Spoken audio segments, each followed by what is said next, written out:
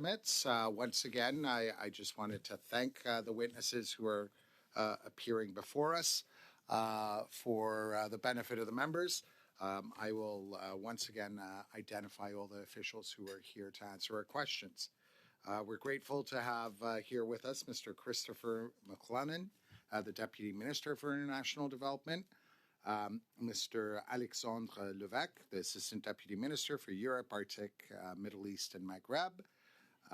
We have Mr. Peter McDougall, the Assistant Deputy Minister for Global Issues and Development.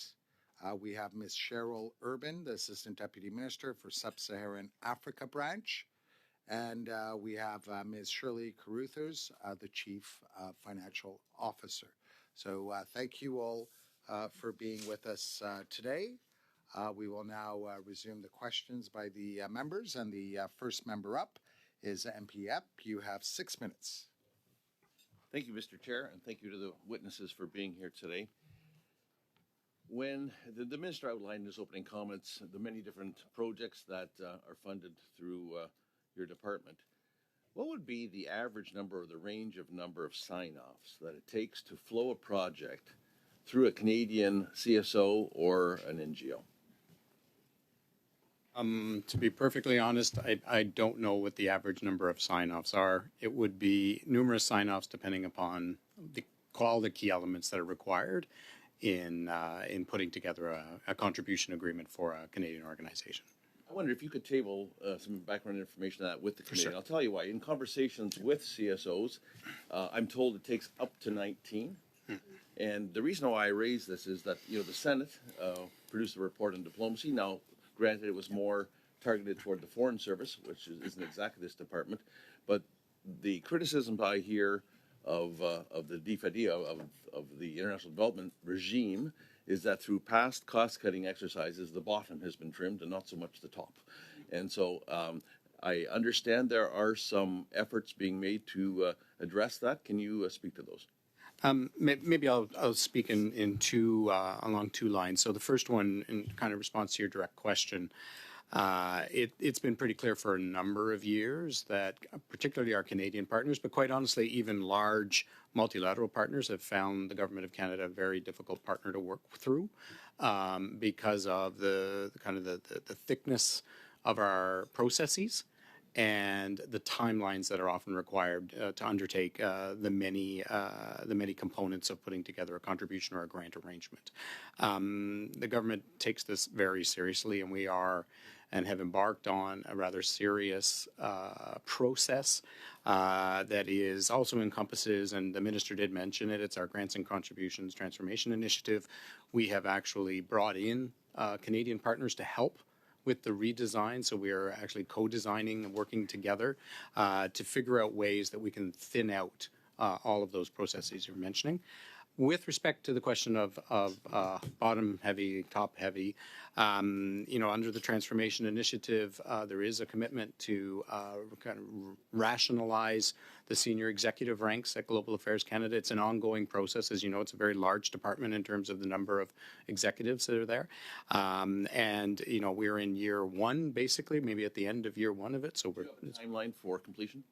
Over 3 years. Over 3 years. Would you expect that the resulting grants and contribution agreements, or let me rephrase, that more funds would then flow potentially through our NGOs and Canadian-based civil society organizations as opposed to multilateral? That's another criticism that I hear, that it's easier right now to flow funds through multilateral organizations because the levels of accountability aren't, there's some of that accountability is transferred to the other organization as opposed to be homegrown. We all want taxpayer money to be appropriately spent and reviewed, but it's got to be done faster and better. Comments?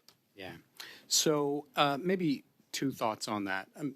So there is a commitment to use Canadian organizations more, and the amounts going to Canadian organizations have stayed roughly in the $1 billion range over a number of years. The challenge has been the world changes and the needs, for example, that we have to respond to very quickly dictate what tools are best available. So, for example, Canada's support to Ukraine, which has been massive over the last 2 years, has required using like the IMF, the International Monetary Fund.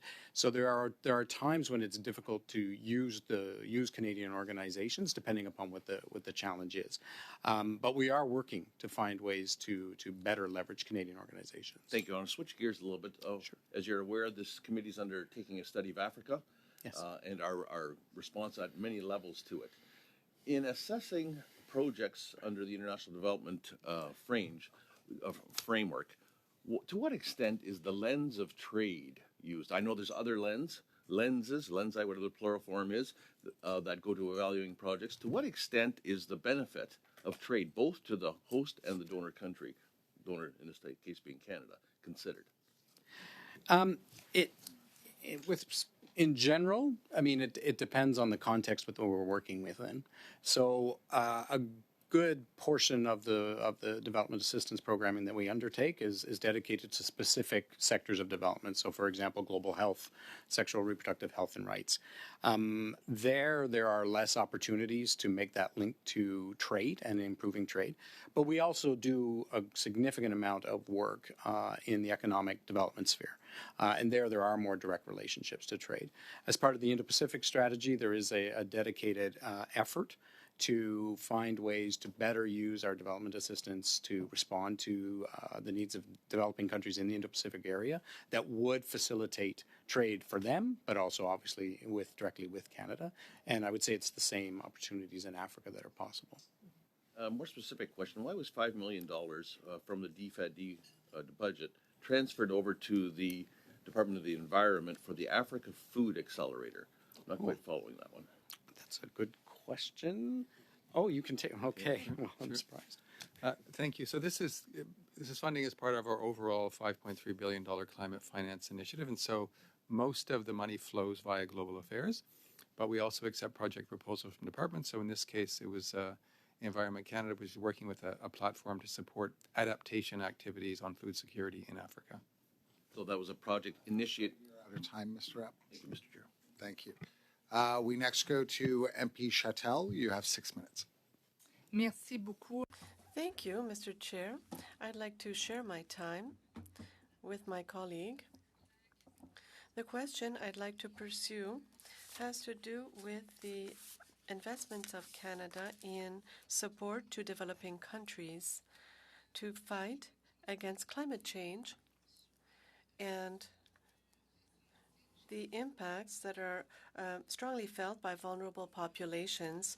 I know that we've promised $450 million in the Green Fund for Climate. This is a UN fund in the following the COP meetings and the Paris Accord. Have these funds been sent, and if so, what is their impact? And also, as was mentioned, the rules with respect to offering assistance, offering a grant or a contribution arrangement with an organization, are sometimes quite detailed, and requires a knowledge of the situation on the ground. We expect to get results from these projects, obviously. The challenge often with a number of small and medium-sized organizations is that they have small footprints globally, and that requires us to help them with both their concept notes, for example, to how to better write the proposals that they're making, and to work with them. And for that reason, we did a dedicated call for small and medium-sized organizations, so that they were actually targeted for the purposes of opening up a chance for new organizations to take part in Canadian assistance. And so when did that happen, and how successful has it been? So as I mentioned in earlier, there's a number of firms that have, a number of organizations that have already received funding and are just ongoing. We have a large number of other ones that have gone through the process and have been kind of approved in terms of the quality of the proposal, and so that it's ongoing. But I can get you the specifics with respect to the specifics of that call. And when DAC is examining applications, does it also look at the organization's ability to deliver work in other, like globally, or because there are some organizations that tend to specialize in certain parts of the world, and does that work against them if they're regionally focused? I wouldn't say that works against them if they're regionally focused. I mean, Global Affairs Canada has funding in all corners of the world. We have programs in the Americas, Sub-Saharan Africa, Maghreb and Middle East, and in the Indo-Pacific. So there's lots of opportunity around the globe. For certain, the government has made a commitment to acting upon a number of really important sectors: global health, sexual reproductive health and rights, climate change, food security. And so a predominant amount of our global development assistance spending is in those areas, which means that, organizations that align with those priorities, obviously there's greater opportunities in that respect. Thank you, Mr. Chair. You, Abra.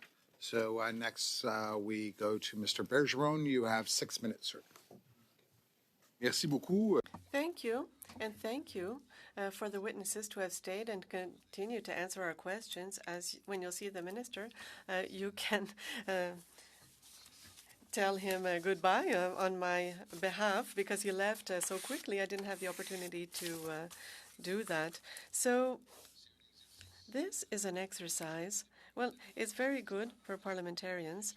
It's almost a Where's Waldo exercise, is to find the total of the amounts for public aid, for development aid by the Government of Canada. So are you able to provide to us the total amount, not while taking into account the prior years, previous years, next years, but annually speaking, how much do we invest in public aid to development? And what is the percentage of our GDP is this? I'm going to find the amount. We do have the figures here. One moment. As you know, Canada uses the fiscal year. The OECD uses the calendar year. So the figures that have just been published for 2023 demonstrate that Canada 0.38% of the GDP, so 10.9%. 10.9. What is it? 10.9 billion. $10.9 billion in 2023. Okay. And so you recognize that is less than 0.7%. So with the reduction last year, how are we going to provide indications showing that we're trying to reach 0.7%? Well, the government has not committed to reaching 0.7%. Right now, there's no specific plan for that. However, the government did commit to continue to increase the envelope each year. And since 2016, the amount has been on the rise. Not last year, up until 2023. So I'm coming back now to the question of Haiti, because I understand that we don't necessarily have the figures here as to what has been spent up until now. However, there was an element in my question. I only had 2.5 minutes, so I didn't have the time earlier on. There was an element of my question which was, why didn't we increase our contribution given what's happening in Haiti right now? This is a more political question, but are you able to give me an administrative answer to this question as to why we didn't increase the funding given what's happening in Haiti? To not increase? Well, what I can tell you is that since 2022, Canada has sent $380 million. So this is a significant amount. And this also includes international aid for development and support for the mission that have been approved by the United Nations with regards to security. So, in my opinion, it was increased. I was speaking earlier of $28.3 million that were announced in 2023-2024. This was the answer of Canada to the crisis, and now you're talking about $380 million? So I'm not sure I'm following you. Since April the 1st, 2022. Since April 1st, 2022. So where's Waldo? I mean, in the same spirit, we announced a fund, a supplementary fund, $350 million over 2 years as of 2024-2025 to increase the capacity of Canada to react faced with large-scale crises and the deterioration of humanitarian and the increase of humanitarian crises throughout the world. So how much was spent up until now on this $350 million announced over a 2-year period? And given the multiple crises, why was this not increased further? The $350 million was just announced in the 2024 budget, so this would be for the House of Commons to approve it. None of this has been spent yet. So this is the reaction to this budget. Was there a sum in the previous budget allocated to increase the capacity of Canada to react to large-scale crises and humanitarian crises throughout the world? Yes, but more specifically for very specific crises. For example, Peter, I'm not sure if you have a certain specific last year?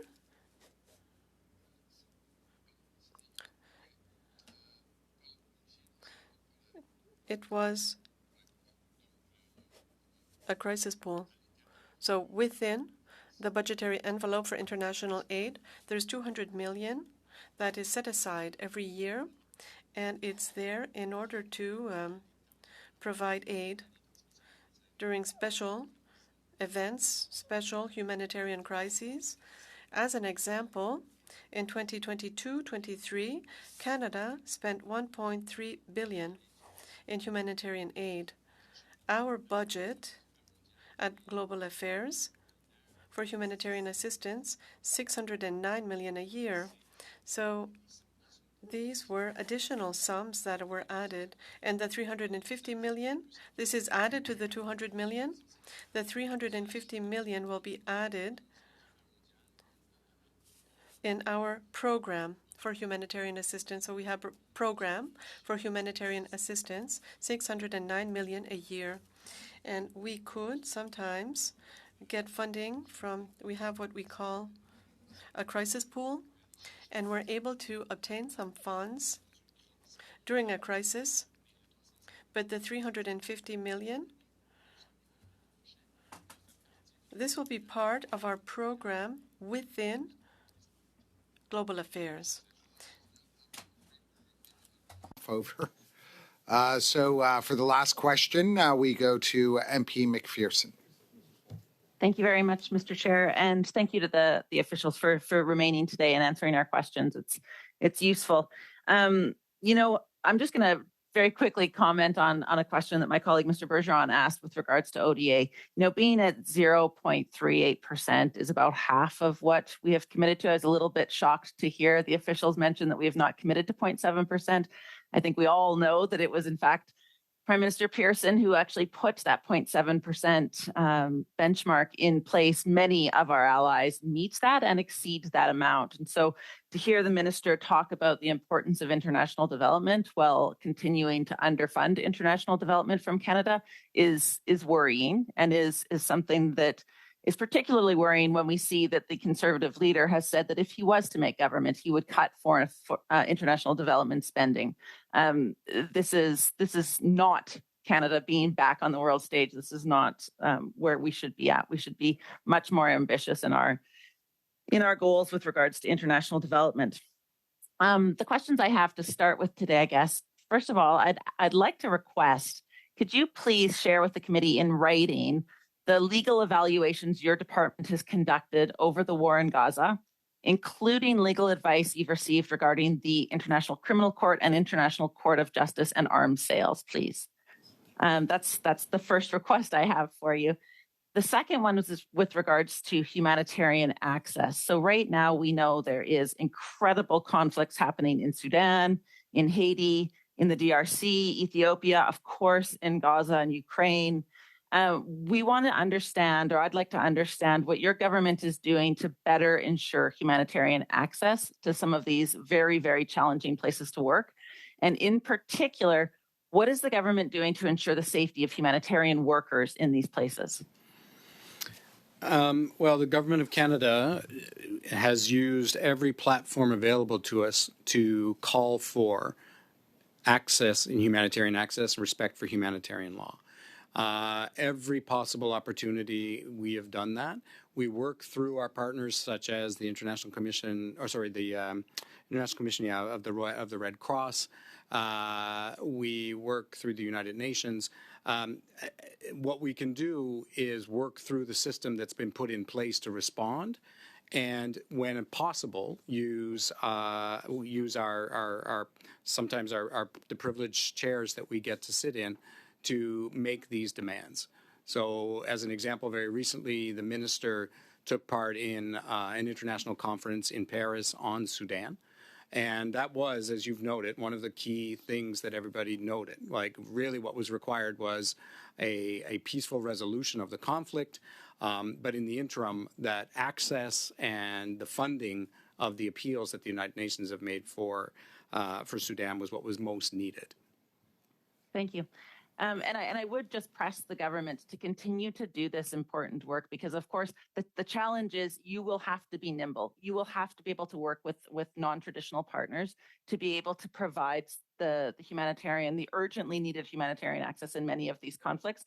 And I think, honestly, we don't have some of those relationships right now, and the government needs to be able to do that work much, much better. I also wanted to ask, with the expected end of the Middle East strategy, is there a new Middle East strategy in development to respond to the changing situations that we see in the region?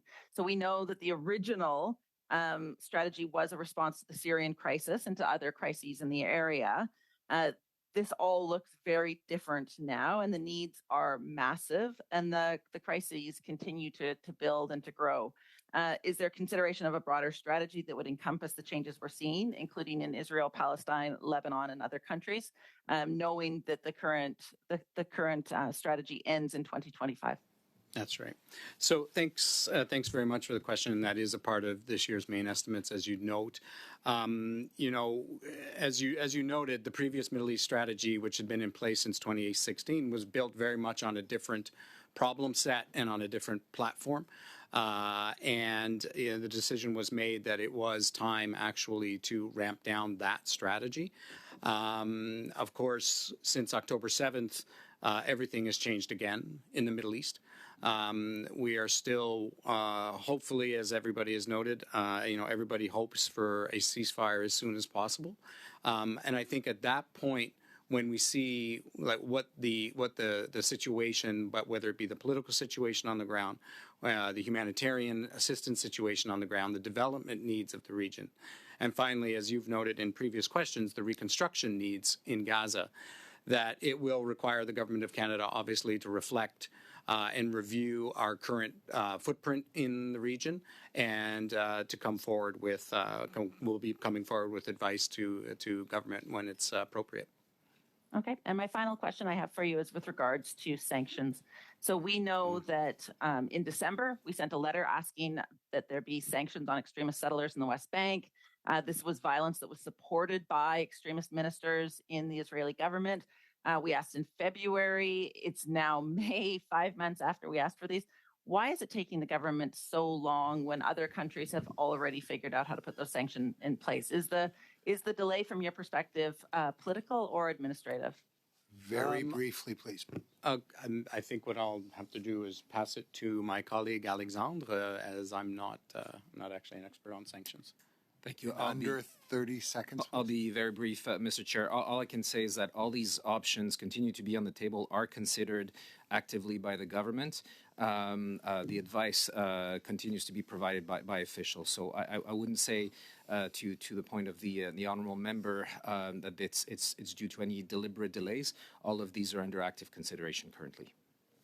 Thank you very much, Mr. Levesque. We even had 5 seconds to spare. Very grateful. So at this point, I would like to thank all of you.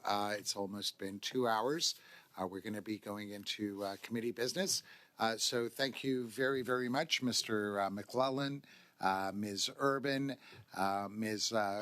Carruthers, Mr. Levesque, and Mr. McDougall. Very grateful for your time and for your insights. The meeting, we're just going to suspend for a couple of minutes because we have 2 members who are joining us virtually for committee.